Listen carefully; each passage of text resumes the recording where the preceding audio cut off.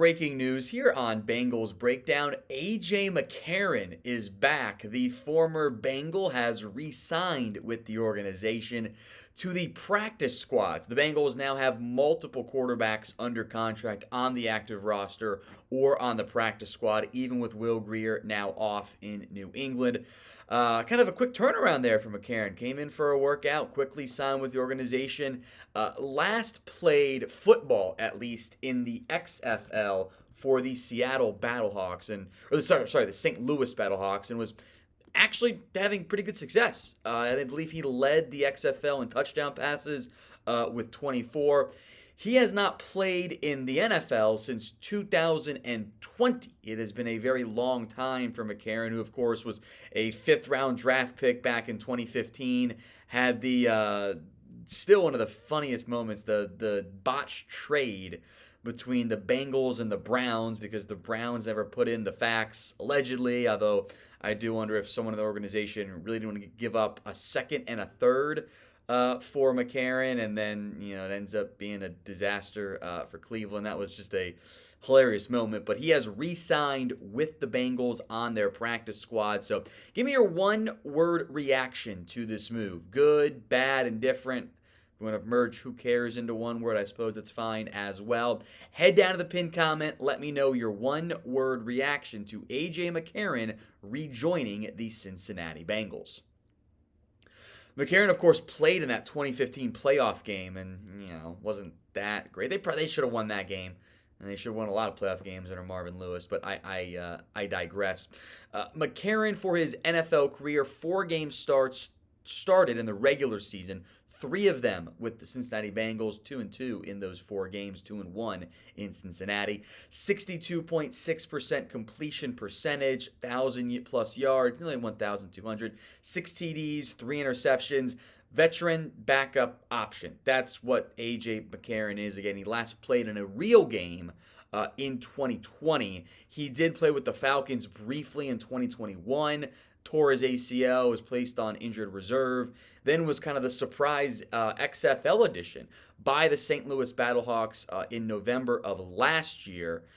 Came out of retirement from that position. Now, by the way, in the XFL, 9 starts. He went 6-3, pretty solid. 68.8% completion percentage, 2,000+ yards, 24 touchdowns. Again, I believe that led the XFL in touchdowns through the air. 6 interceptions. McCarron's addition is about having another backup option, basically your long-term replacement for Will Grier. I don't think you're going to see McCarron active this upcoming week. Even if Joe Burrow's out, I think they'd give Reid Sinnett the nod there because he's been in the offense far more recently. It's nice to see A.J. McCarron come back home, so to speak, to Cincinnati. He hasn't been with the organization since 2017.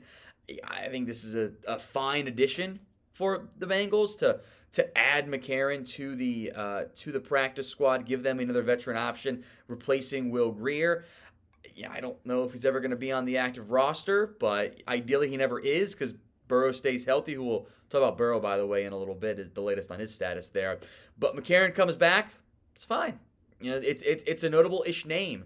You don't ever want to have him having to play real games. It's a bad thing if that happens, but it does help the Bengals out with a veteran piece who probably better than Reid Sinnett. And you can at least make the argument that he's going to be better than Jake Browning once he gets caught up to speed with the offense. That does take time, by the way, terminology, playbooks. That's not an overnight thing. You need to pace yourself a little bit, not just dive right in, because that's how you get Josh Freeman with the Vikings from that perspective.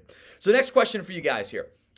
Will A.J. McCarron take over the backup job full-time in Cincinnati? Over Reid Sinnett, long-term, I think he's going to be your QB3, long-term this year, of course. Will he surpass Jake Browning? Y for yes and for no in the comment section.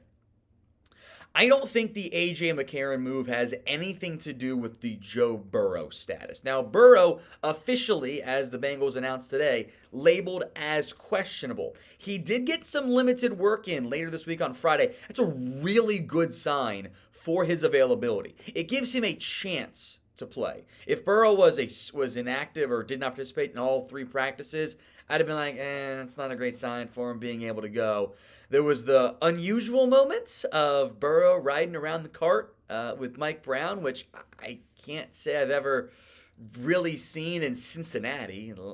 You can mention other NFL teams, not exactly a common occurrence. You want to come down, have the quarterback get on the golf cart and drive him around a little bit there. So Burrow's got a chance to play. I don't know if he will. The Bengals are kind of in a must-win situation where they have to win this football game or else they're kind of in a dicey spot. But you can't also jeopardize your quarterback long-term and even shorter-term this year. If it's a game or two he has to miss, And in theory, your back quarterback can get you a win over a not-so-great football team. The Rams are fine, but the Bengals are favored still, as they should be. They should be able to win this football game, even with a limited Joe Burrow. Without Joe Burrow, it gets a little bit more dicey, doesn't it? The confidence level is not what it would otherwise be. Now, as a reminder, folks, we will be live for the Bengals-Rams Monday Night Football game right here on the channel. So make sure you are subscribed. Plus, you get free videos, breaking news ones like at the bottom of the basement when we're not in the office on a Saturday. I was watching college football, and I'll stop watching college football for 25 minutes to film the video, get it out for you instead. So hit that sub button if you haven't already done so. Again, more final thoughts here on A.J. McCarron. Nice for him to come back. He made the comments recently, I think it was with Paul Denner, if I recall correctly, that he wouldn't mind, wrapping up his career in Cincinnati. This would kind of be the one last hurrah for A.J. McCarron, who, by the way, he just turned 33 10 days ago, September 13th. He turned 33, so belated happy birthday there for McCarron and for his family as he gets to come back to Cincinnati here. So McCarron has signed to the practice squad. To recap, that gives you Joe Burrow as quarterback 1, Jake Browning as QB2 for now. There had already been buzz of maybe Will Grier could have taken the Browning backup job, but then Grier gets it handed to him on a plate in New England as he's QB2 over there after the Bengals, I guess, didn't offer him an active roster spot, which probably means they don't think Burrow's going to, even if he does miss this week, is going to miss more than a game, 2 or 3. Like, he'll be back soonish.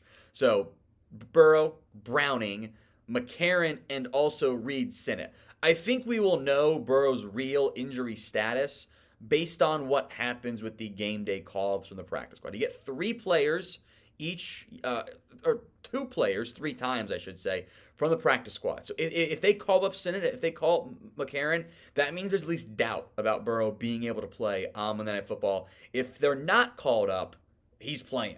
That's your number one sign because the Bengals would not have only one active quarterback. So we will find out more in the coming days. And again, subscribe for our live watch party.